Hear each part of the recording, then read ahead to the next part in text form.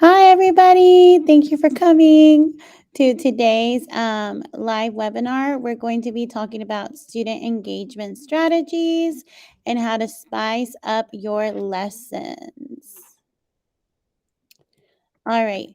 So our goal is to spice up our lessons to provide engaging lessons for our students this year, because we know that as much as Eureka and Amplify are great curriculums, we know that we are tired of pulling out the books, open up your workbooks. We want to make it more fun and engaging for our students. And so I am going to be sharing some digital tools and strategies that you can implement in your classroom so that you can make learning a bit more fun and engaging for your students. Okay, so give me a second. Okay. Sorry, it's dismissal time. So I just turned off my walkie. All right, so we're going to be checking these tools out today. So we have Jamboard and Padlet, which they're basically kind of the same thing. Pear Deck and Nearpod. And then a couple of different ways to administer quizzes and discussions or surveys for students that are game-based We're going to talk about Blooket, Quizizz, Kahoot, and Nearpod Time to Climb. Okay. All right, so Jamboard is one of my favorites. You can find this on Google on your waffle. So Jamboard is a digital whiteboard that lets you collaborate in real time. So ways that I like to use Jamboard are for my lesson hooks. If I have a question, I usually put it up and my students join my Jamboard. And then they can add sticky notes to it and then kind of let me know what they are thinking. Brainstorming, I let my students do digital brainstorming. So again, if we have a writing topic, if we're doing a quick write, anything that they can brainstorm on that. And then student collaboration. This is another great way of kind of having students collaborate. So if you assign a group each slide or a Jamboard, then the students can all collaborate together digitally as well. So I'm going to show you how to get to Jamboard. So you can go to Google, you can click your waffle, and if you scroll down, you can see Jamboard. Now, if it's not there, then you can just type it on your Google search, and it should also come up. So regardless, you should already see, you should be able to click Jamboard. So you can see all these different ones that I have created. Okay, so you can go down and you can go ahead and create one. If you want to add one, then you click that plus sign right here that says new jam. And once you click it, it creates one for you. And then again, you can type your questions. So you can put a text box and you can type your question right there. Or you can add a picture, an image. You click the three dots to delete the text box. You can add an image. You can browse from your computer or look up an image from the web. You can rename your Jamboard. I can put training Jamboard, and then you can do that. If you keep clicking the arrows, you can get more of them. And so you can add, I feel like it's up to 17. Oh, it's up to 20. So you can add up to 20 slides for your students. You can set a different background. And then here is I love the sticky note feature. So students can write things and save it and post it. And then they are collaborating and you're all collaborating together. The way that you can share this is by obviously clicking the share button. Make sure it's not restricted, and you can put Garland ISD. If you want them to basically add sticky notes, make sure that it's on editor. And then you copy the link and you click done and you share it with your class. And then that's a way that they can collaborate. There's a little laser if you want to pinpoint things. The arrow to select things, the eraser, and a pen. Okay, so there's a lot that you can do. Like I said, it's a digital whiteboard, and I really, really enjoy it. and I use it for my lesson hook, brainstorming, and for more student collaboration and engagement. Another one that I said I really, really enjoy is Padlet. So Padlet is a tool that allows learners to collaborate online by posting text, images, links, documents, videos, and voice recording. So again, this is kind of like Jamboard. It just has a little bit more with the videos and the voice recordings. You can use it again for the same thing, brainstorming, lesson hooks. What I like to use this one for is I use it for my small group. So when I'm with a small group, I have added it to Canvas. I have added the link to my Padlet on Canvas for a digital parking lot. So if my students have questions, and this is how it looks like, if they have questions and they're lost, then they can add a comment and I can see what their questions are. And whenever I have free time during my lesson or when I'm stopping and I'm working with my small group, I go ahead and look at the Padlet and it updates every time they add a comment. So then I look at it, I address what the issue is, and then I continue with my small group. So that is how they can reach me if they have a question. And it's really worked in my classroom. It's worked wonders this year, and students really do enjoy it. So you're probably wondering, how do I get to Padlet? So you can go to Padlet, just Google it, log in. I went ahead and I signed up using my Google account, my Garland ISD account. And as you can see, I already made one right here. If you get the free version, I believe you can only make 3, or you can only have 3, but you can like delete a Padlet. And then once you delete it, it's gone. So, but yeah, so you can create a Padlet, you can add a new one. So you can create a new Padlet. So this is mine, my small group one, and you can make it a wall, a shelf, a timeline, a stream, a grid, whatever. I'm going to show you mine. So this is my small group one. And so then, like I said, if my students need help, this is a parking lot where they can add like, hello, I am lost on question 2 on the independent practice. And so obviously, if I've told them like, don't wait for me to answer this question because I'm obviously working with a group. And so whenever I'm working with a group and then they just move on and then I'll go back, I'll see who asked that and I'll give them some help and then I'll come back to my small group. So that's, like I said, a good way for them to reach me without actually having to come to my table. And I love Padlet. There's so many ways that you could use it and it's free.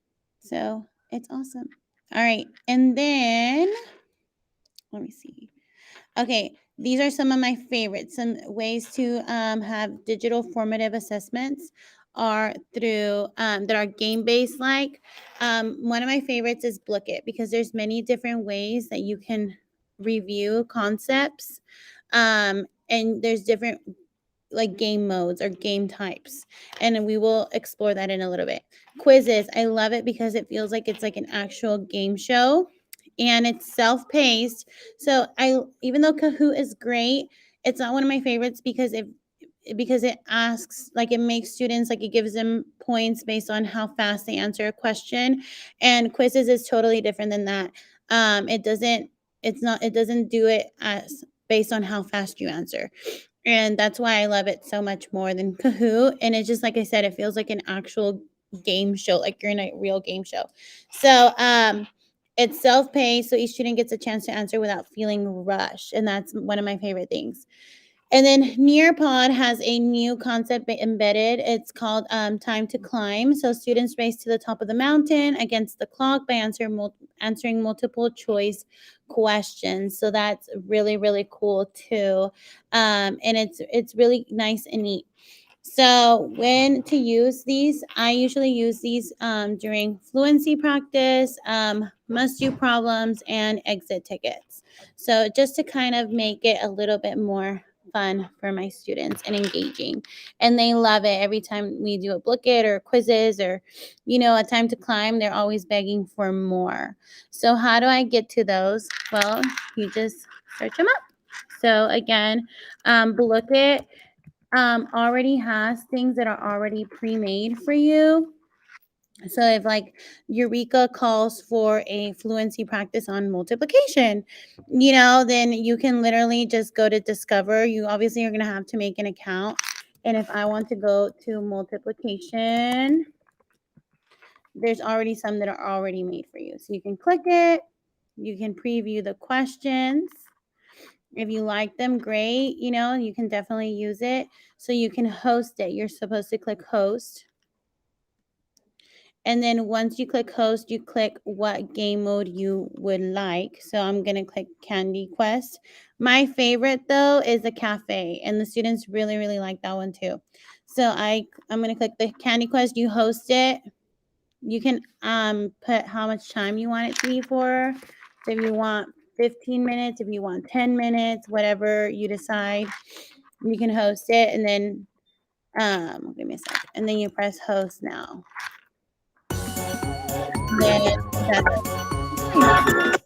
So then they join. They have to go to play.blooket.com, type in the code, and then they go ahead and start playing the game. And it'll end in 10 minutes once it starts. So that's like really cool that you can set the time already, And like I said, students really enjoy it.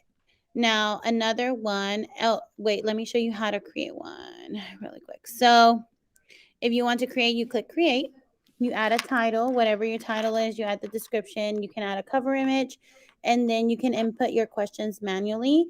If you have it on Quizlet, and you have a CSV import, you can do that, but I always just do it manually. And so once you click manually, it should take you to the question. So let's just do multiplication. All right, and then multiplication facts.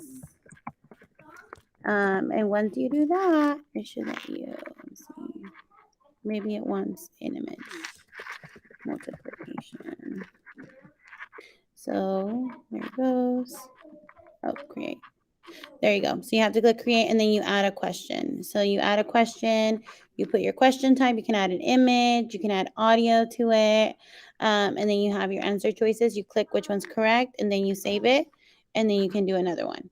And so you can keep adding as many questions as you would like and create your own Blooket for your own class based on your own needs. And so, like I said, it's a really good website. So now I'm going to go ahead and show Quizizz. Quizizz, again, it's another website for formative assessments. You can create one, you can find one, explore, you can look it up, adjectives. And there's quizzes already made that you can host for your kids. And so it's the same thing as Blooket, it's just something different, Another one that is really good is like I was talking about, Nearpod, Time to Climb. Now that's on Nearpod. So we can go to Nearpod really quick and log in. Sign in with Google. I always sign in with my Google account. So for this one, you would have to create a lesson, And so if you create it, then you can go to, let me see, I'm going to edit it. So we're going to go to edit. And then you can go ahead and go to add-ons. If you don't have it, you can get add-ons, search up Nearpod, and then install it. So you click it to install. Mine's already installed, so I don't have to install it. So if you go to Nearpod, clicking Pear Deck. Nearpod should open up. Open Nearpod. Okay, and then you can turn anything into a time to climb again, So all you have to do is look for the time to climb. Right here, time to climb. And then you can add your own questions and edit your slide and create it like that. Like I said, it's a really fun game. There's your question. You add your questions. You do it. There's already time to climbs available that you can do as well. So it's really good. It's nice and neat. It's a great one. All right. And then my last ones, again, Pear Deck and Nearpod. When are these good to use? In any part of your lesson, and it will increase student participation. Pear Deck and Nearpod make Google Slides interactive. So examples, they add open-ended questions, quizzes, drawing, audio, and much more. So if you want to enhance your lessons and using digital tools, Pear Deck and Nearpod are awesome, awesome tools. All you have to do is, again, add it to your Google Slides. So if you open up Google Slides, you know, any lesson, any slide you have, just go to add-ons, get add-ons, and then install these two.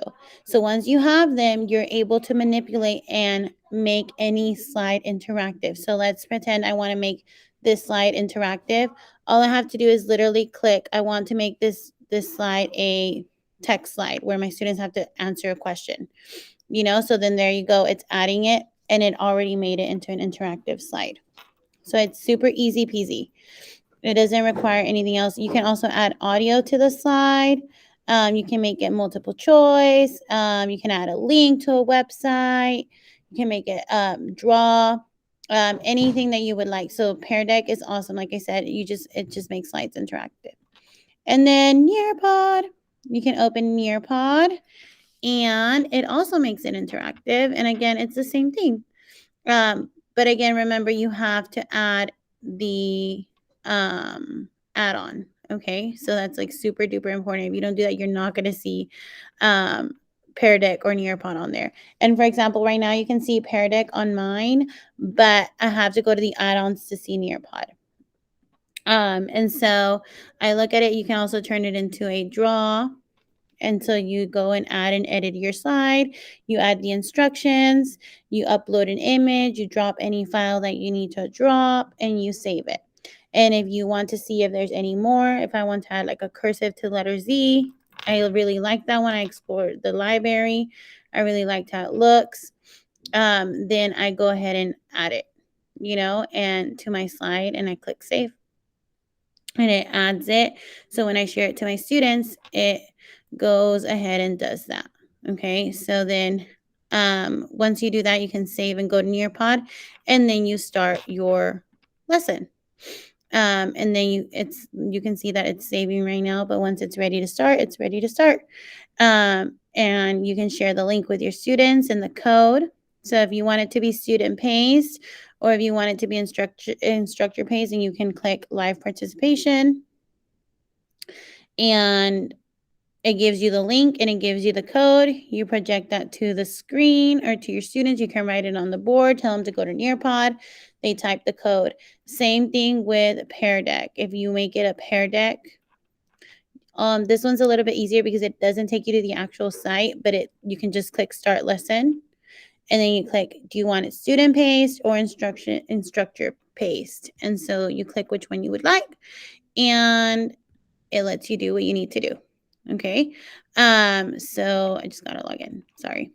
And other than that, though, these are great tools to, again, engage your students and make learning more fun to spice up your lessons. So see, now it gave me my code and my link. So my students are able to see it and join my lesson. It's really fun. It's really engaging. Students love it. And I'm sure you will love it too. It just makes it more fun than just opening up a book all the time, you know? And so, like I said, you can use it in any part of your lesson to increase student participation. And that's basically it. So if you have any questions, feel free to reach out to me. My name's Melissa Garza. I'm at Vial Elementary. My email is msgarz, GARZ02 @garlandisd.net. If you need anything, just reach out and let me know. Thank you. Thank you for coming. Bye.